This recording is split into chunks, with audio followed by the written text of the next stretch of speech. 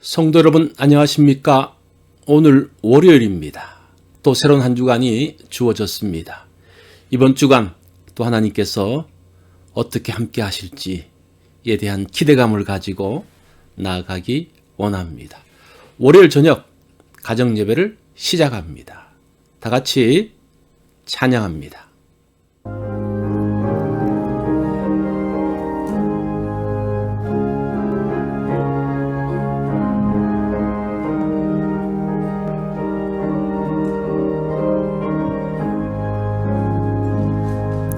주님의 마음을 본받는 자, 그 맘에 평안이 찾아오는 험악한 세상을 이기리니 하늘로부터 임함이로다.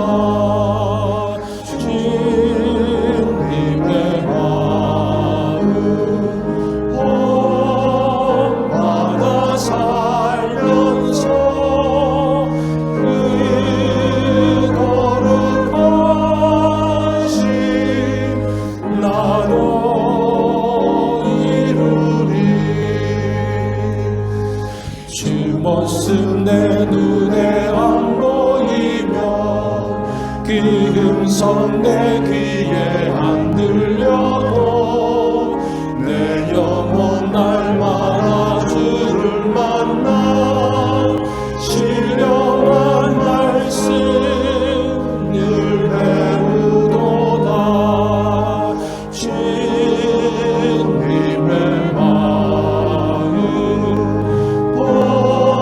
봄마다 살면서 그 거룩하신 나도 이루리. 가는 길 거칠고 험하여도 내 맘에 불평이 없어지는 십자가 고난을 이겨내신 주님의 마음 본받음이라. 주님의 마음 본받아 살면서 그 거룩하신 나도 이루리.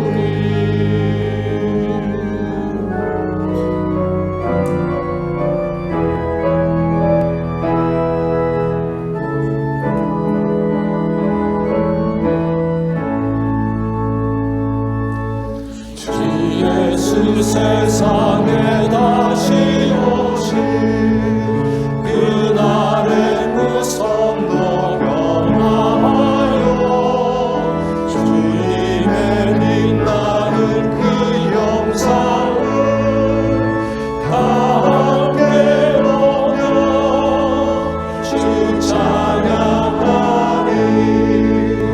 주님의 마음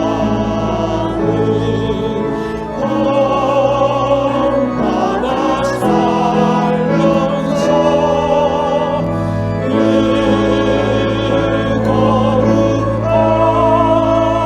거룩하신 나도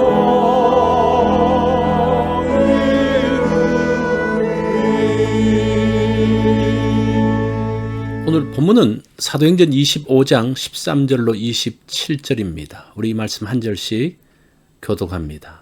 수일 후에 아그리빠 왕과 버니게가 베스도에게 문안하러 가이사라에 와서 여러 날을 있더니 베스도가 바울의 일로 왕에게 고하여 이르되 벨릭스가 한 사람을 구류하여 두었는데 내가 예루살렘에 있을 때에 유대인의 대제사장들과 장로들이 그를 고소하여 정죄하기를 청하기에 내가 대답하되 무릇 피고가 원고들 앞에서 고소사건에 대하여 변명할 기회가 있기 전에 내주는 것은 로마 사람의 법이 아니라 하였노라.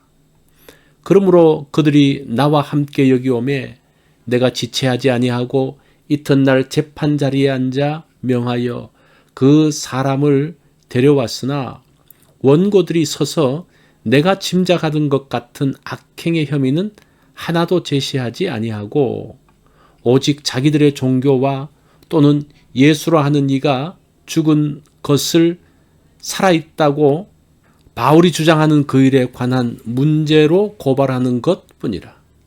내가 이 일에 대하여 어떻게 심리하는지 몰라서 바울에게 묻되 예루살렘에 올라가서 이 일의 신문을 받으려느냐 한즉 바울은 황제의 판결을 받도록 자기를 지켜주기를 호소하므로 내가 그를 가이사에게 보내기까지 지켜두라 명하였노라 하니 아그리빠가 베스도에게 이르되 나도 이 사람의 말을 듣고자 하노라. 베스도가 이르되 내일 들으시리이다 하더라. 이튿날 아그리빠와 버니게가 크게 위험을 갖추고 와서 천부장들과 시중에 높은 사람들과 함께 접견 장소에 들어오고 베스도의 명으로 바울을 데려오니 베스도가 말하되 아그리빠 왕과 여기 같이 있는 여러분이여 당신들이 보는 이 사람은 유대의 모든 무리가 크게 외치되 살려두지 못할 사람이라고 하여 예루살렘에서와 여기서도 내게 청원하였으나 내가 살피건대 죽일 죄를 범한 일이 없더이다. 그러나 그가 황제에게 상소한 고로 보내기로 결정하였나이다. 그에 대하여 황제께 확실한 사실을 아랠 것이 없으므로 신문한 후 상소할 자료가 있을까 하여 당신들 앞 특히 아그리빠 왕 당신 앞에 그를 내세웠나이다. 그 죄목도 밝히지 아니하고 죄수를 보내는 것이 무리한 일인 줄 아나이다 하였더라. 아멘. 오늘 말씀의 제목은 재판하는 자, 전도하는 자입니다. 기독교는 천한 사람들, 또 어려운 사람들로부터 시작해서 높은 지위의 사람들, 부자들에게 복음이 전파되어졌습니다. 한국교회의 부흥도 어린아이들인 주일학교에서 시작되었다고 합니다. 1960년, 70년대에는 각 교회마다 아이들이 차고 넘쳤습니다. 어린아이들이 신앙을 가지고 부모님을 전도했습니다. 그때 아이들이 얼마나 신앙이 좋았는지 모릅니다. 그 아이들이 자라서 1980년대, 90년대 한국교회의 큰 부흥을 만들었습니다. 바울은 가이사라 총독 관저 감옥에 잡혀 있습니다. 몸이 묶여져 있기에 복음을 전할 수 없습니다. 천한 제수의 몸으로 할 수 있는 것은 거의 없어 보입니다. 로마 총독 베스도는 큰 힘을 가진 사람입니다. 바울을 해할 수도 있고 풀어줄 수도 있습니다. 총독의 말 한마디에 상황이 달라질 수 있습니다. 그런데 실제 상황은 다르게 흘러가고 있습니다. 로마 총독은 유대 지도자들과 바울 사이에 끼어서 어찌할지 고민하고 있습니다. 아무런 힘이 없어 보이던 바울이 총독의 마음을 흔들고 있습니다. 죄수 바울이 로마 황제에게 상소했습니다. 죄목이 없는 바울을 로마 황제에게 보낼 수 없습니다. 그래서 베스도 총독은 또 재판을 엽니다. 이번에는 아그리빠 왕이 재판석에 앉게 됩니다. 재판석에 앉은 사람은 양쪽이 하는 말을 잘 들어야 합니다. 이 죄수석에 있는 바울이 무슨 말을 합니까? 예수님을 만난 간증을 하고 있습니다. 바울은 이것 때문에 잡혀왔기 때문이죠. 왕은 바울이 전하는 예수님에 대해서 귀를 기울여야 합니다. 왜냐하면 재판을 해야 되기 때문이죠. 재판하러 온 아그리빠 왕은 바울의 밥입니다. 아그리빠 왕은 버니게와 함께 복음을 듣고 있습니다. 천부장과 성중에 높은 사람들도 함께 듣고 있습니다. 이 모든 사람들을 전도했던, 이제 불러 모았던 사람은 베스도 총독입니다. 세상의 관점으로 보면 바울은 재판받는 사람입니다. 하나님의 관점으로 보면 바울은 복음을 전하는 사람입니다. 하나님의 관점으로 보면 완전히 다른 상황이 펼쳐지고 있습니다. 바울은 이제 로마 황제에게 복음을 전하러 갈 것입니다. 로마 정부가 필요한 모든 경비를 지불하고 있습니다. 바울은 로마에 가서 왕의 시위대 사람들에게 복음을 전하게 됩니다. 그게 빌립보서 1장 13절의 말씀이죠. 하나님께서 바울에게 주신 사명이 이루어지고 있습니다. 사도행전 9장 15절에 그 말씀이죠.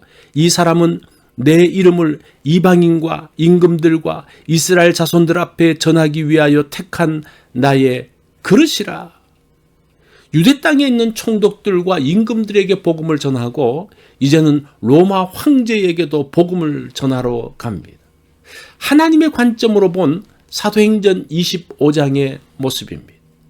세상의 관점과 하나님의 관점은 다릅니다. 하나님의 관점으로 보면 많은 것들이 다르게 보입니다. 내가 당하는 어려운 상황이 하나님의 관점에서는 완전히 다른 상황일 수 있습니다. 그것을 보는 것이 그리스도인의 능력입니다. 하나님의 관점으로 볼 수 있게 눈이 열리기를 원합니다. 하나님의 계획을 알 수 있는 지혜를 갖기 원합니다. 어려운 상황에서 하나님의 반전을 발견하기 원합니다. 오늘 나의 복잡한 상황에서 하나님의 반전을 보기 원합니다. 오늘 하루는 한번 관점을 바꾸어서 새로운 반전을 만들어가는 그런 날이 되면 어떨까요?